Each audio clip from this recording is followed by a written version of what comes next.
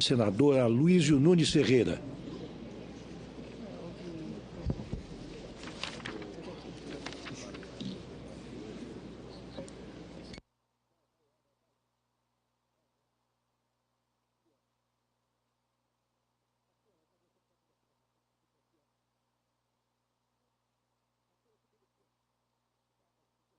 Senhor presidente, senhora presidente, é um fato notório, senhora presidente, que o seu governo omitiu o registro obrigatório do Banco Central de passivos vultosíssimos, ultrapassaram 50 bilhões de reais. Isto é uma ilegalidade de tamanho tal que não poderia dispensar o consentimento de uma alta autoridade, que no caso é Vossa Excelência. Essas dívidas ocultaram aos olhos dos cidadãos e dos órgãos do controle para que seu governo continuasse gastando além dos limites recomendados pela prudência e fixados na lei.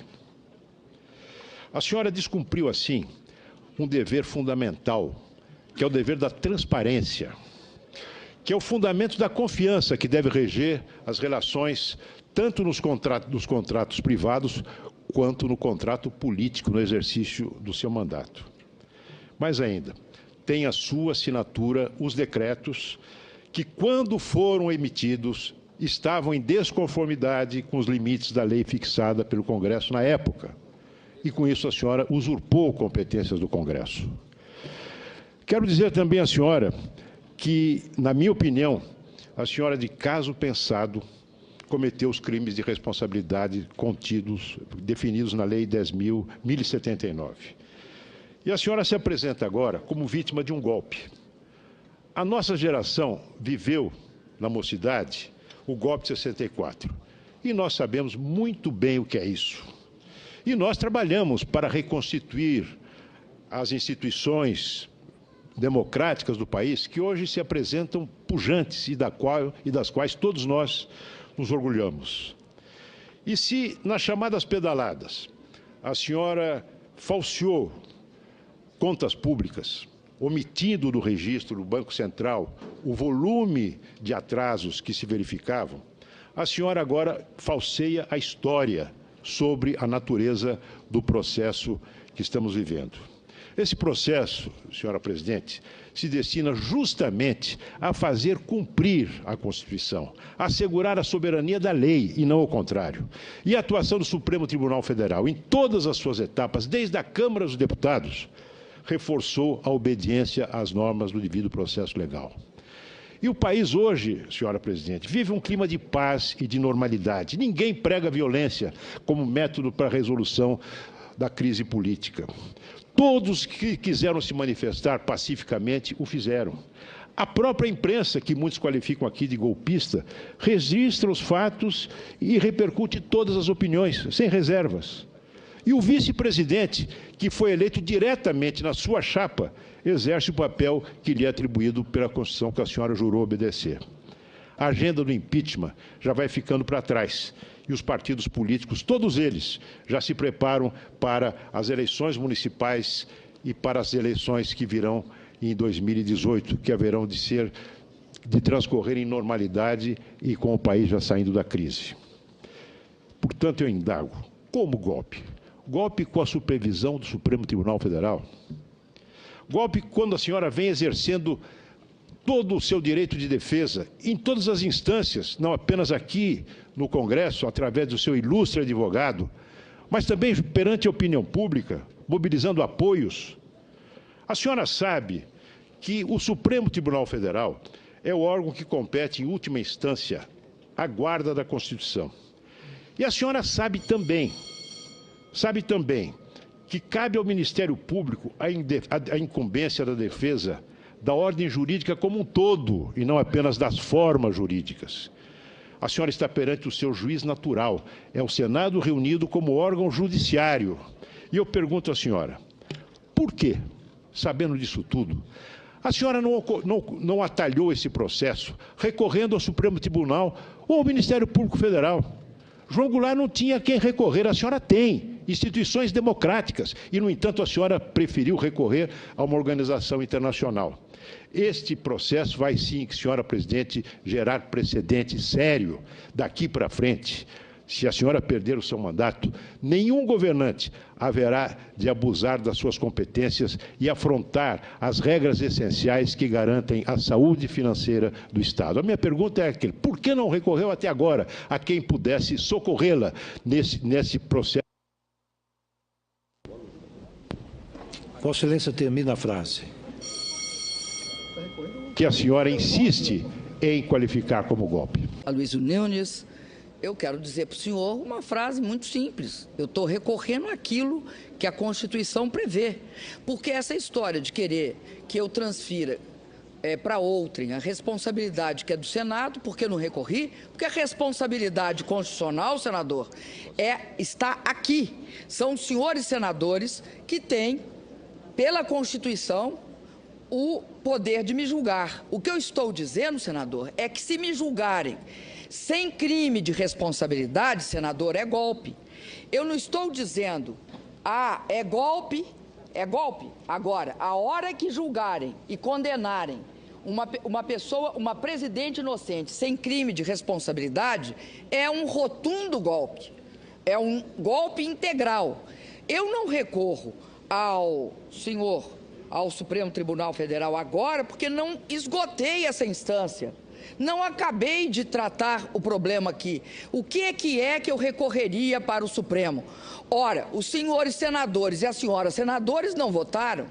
Eu vim aqui, senador, porque eu respeito essa instituição e acho que, se ela der este passo, ela estará compactuando com o golpe. Ela não está compactuando com o golpe hoje. Não houve julgamento. Agora, no momento em que ela proferiu uma sentença que não tenha por base um crime de responsabilidade provado, e não é uma questão política, porque a questão política, o conjunto da obra, a gente resolve nas urnas. A gente resolve e disputa nas urnas. O que a gente resolve aqui é se há ou não crime de responsabilidade. Crime de responsabilidade é uma exigência da Constituição. A Constituição estabelece, você pode ter o impeachment da presidente, tá certo? Mas em que condições? Havendo crime de responsabilidade. Porque, caso contrário, instaura-se o discricionário, instaura-se o Deus nos acuda. Então, este processo, ele é fundamentalmente um processo que passa pelos senhores senadores e as senhoras senadores. Eu disse na minha fala, eu respeito os meus julgadores porque eles chegaram aqui com os mesmos votos que eu obtive nas urnas. E estou aqui, ao respeitá-los, argumentando. Argumentando como? Argumentando, dizendo, senhores senadores, por favor, não cometam o crime de condenar uma inocente. É isso que eu estou dizendo. Estou dizendo que, além disso, é fundamental que a gente perceba que nós vivemos numa etapa diferente. Fim da Guerra Fria, imensas características transformaram ou quase inviabilizaram aqui na América Latina o golpe militar. Mas, e não sou eu que estou inventando, há uma profusa literatura a respeito do chamado golpe parlamentar. E como é que ele se dá, o que é que acontece quando você não tem um presidente culpado de um crime de responsabilidade. Quando você não tem esse presidente culpado, o que você cria é um golpe militar, um golpe parlamentar, não militar. Por isso é que eu fiz aquela imagem. Você tem, para ficar claro, você tem a árvore da democracia, uma você corta com machado, a outra, se você não respeitar as regras constitucionais, é como se você colocasse nessa árvore um parasita. Por quê? A partir do momento em que isso é possível, tudo passa a ser possível. Quando qualquer sistema político aceita condenar um inocente, nós sabemos, a história mostra, e não só mostra aqui, mostra em várias circunstâncias o que acontece. Você cria um nível de exceção que terá consequências políticas. Então, é nesse sentido que eu falo. Eu não estou aqui dizendo que hoje há um golpe de Estado. Eu estou dizendo o seguinte: me condenem que esse golpe é irreversível.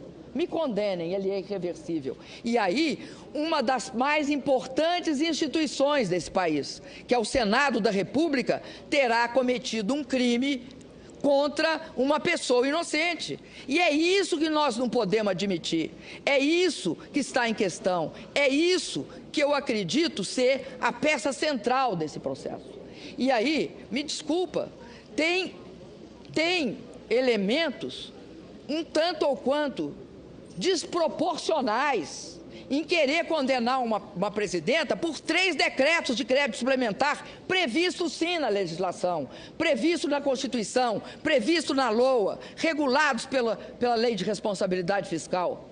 E acho que esta discussão a respeito da meta orçamentária, ela ameaça profundamente a Lei de Responsabilidade Fiscal. É pela Lei de Responsabilidade Fiscal que se controla o gasto no governo federal, na União. Nós controlamos o gasto utilizando o decreto de contingenciamento. Não há. Chegamos a colocar, antes era só no decreto, chegamos a colocar na lei de 14 e repetir na de 15, que nenhum decreto de crédito suplementar, e vocês aprovaram, nenhum decreto de crédito suplementar pode ultrapassar ou estar acima do decreto de contingenciamento. Está escrito na lei.